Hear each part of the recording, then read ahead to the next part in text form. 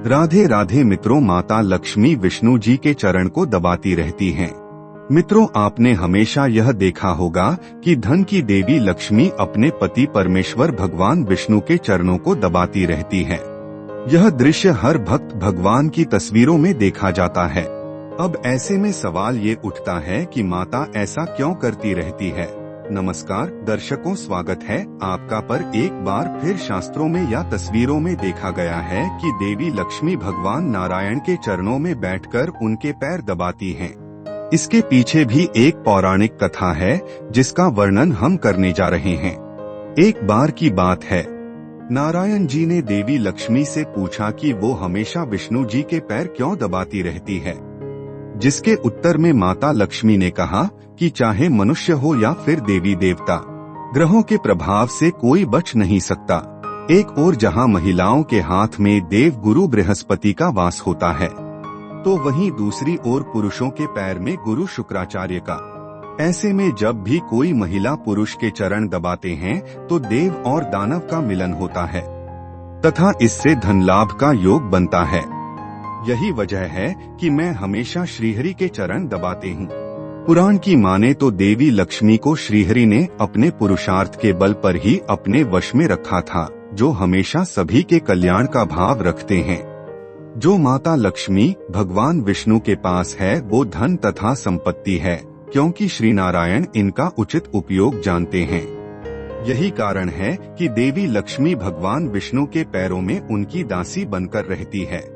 इसके साथ ही इससे जुड़ी एक पौराणिक कथा है। एक अन्य पौराणिक कथा के मुताबिक माता लक्ष्मी की बहन अलक्ष्मी उनसे ईर्ष्या करती थी। ऐसा इसलिए क्योंकि लक्ष्मी बिल्कुल भी आकर्षक नहीं थी।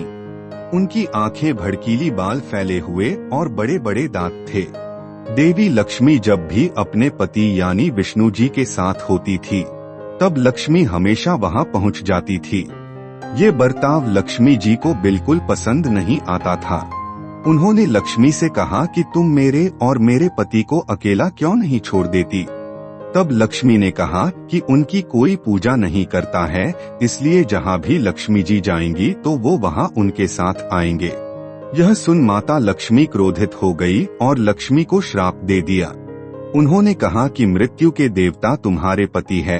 गंदगी, ईर्ष्या, लालच, आलस, दोष जहाँ भी होगा तुम वहीं निवास करोगी।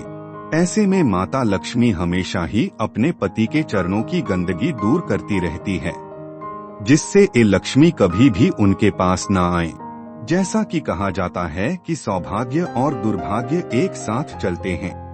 ऐसे में दुर्भाग्य बहुत बार आपके जीवन में आने का मौका ढूंढता रहता है। इसी तरह अलक्ष्मी भी घर के बाहर बैठकर लक्ष्मी के जाने की प्रतीक्षा करती है। जहाँ पर गंदगी, लालच होती है वहाँ पर कलह और क्लेश का वातावरण बन जाता है। यदि आपको यह संकेत मिलते हैं तो समझ जाइए कि घर में लक्ष्मी का प्रवेश हो चुका है। ऐसे में लोगों को माता लक्ष्मी की पूजा निरंतर करते रहना चाहिए, जिससे ये लक्ष्मी घर में प्रवेश न कर पाए। चलिए मित्रों, इसी के साथ आपको यह भी बता दें कि क्यों शेषनाग पर लेटे रहते हैं भगवान विष्णु। आपने प्रभु विष्णु के चित्र में उन्हें क्षीर सागर में शेषनाग की शैया पर लेटा देखा होगा।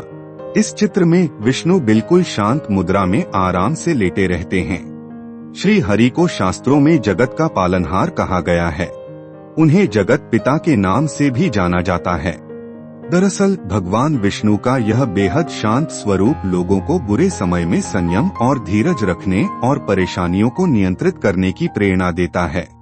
विष्णु जी जो पूरी सृष्टि के संचालक हैं और वो इतनी बड़ी जिम्मेदारी के बावजूद वो क्षीर सागर में काल रूपी नाग पर निश्चिंत होकर विश्राम करते हैं। ऐसे में वो चिंतन करते हुए नजर आते हैं। मानव संसार में हो रही सारी समस्याओं का समाधान खोज रहे हो। उन तस्वीर में क्षीर सागर को सुख का प्रतीक माना गया है और शेषनाग को काल यानी दुख का प्रतीक माना गया है। ऐसे में भगवान नारायण का ये स्वरूप का दुख, मुसीबतों और भय से मुक्त होकर हर परिस्थिति में संभव की स्थिति में रहने की प्रेरित करता है। जिस तरह श्री नारायण पर दुनिया को पालने का जिम्मा है, उसी तरह मनुष्य भी हर समय कर्तव्य और जिम्मेदारियों से जुड़ा होता है। इनमें पारिवारिक, सामाजिक तथा आर्थिक तीनों ही कार्य होते हैं। इन कार्यों का निर्वहन करते हुए उसके जीवन में सारी समस्याएं और परेशानियां आती हैं। काल रूपी नाग की तरह कई बार ये हालात इंसान को बुरी तरह प्रभावित करते हैं और वो इनके कारण टूट जाता है।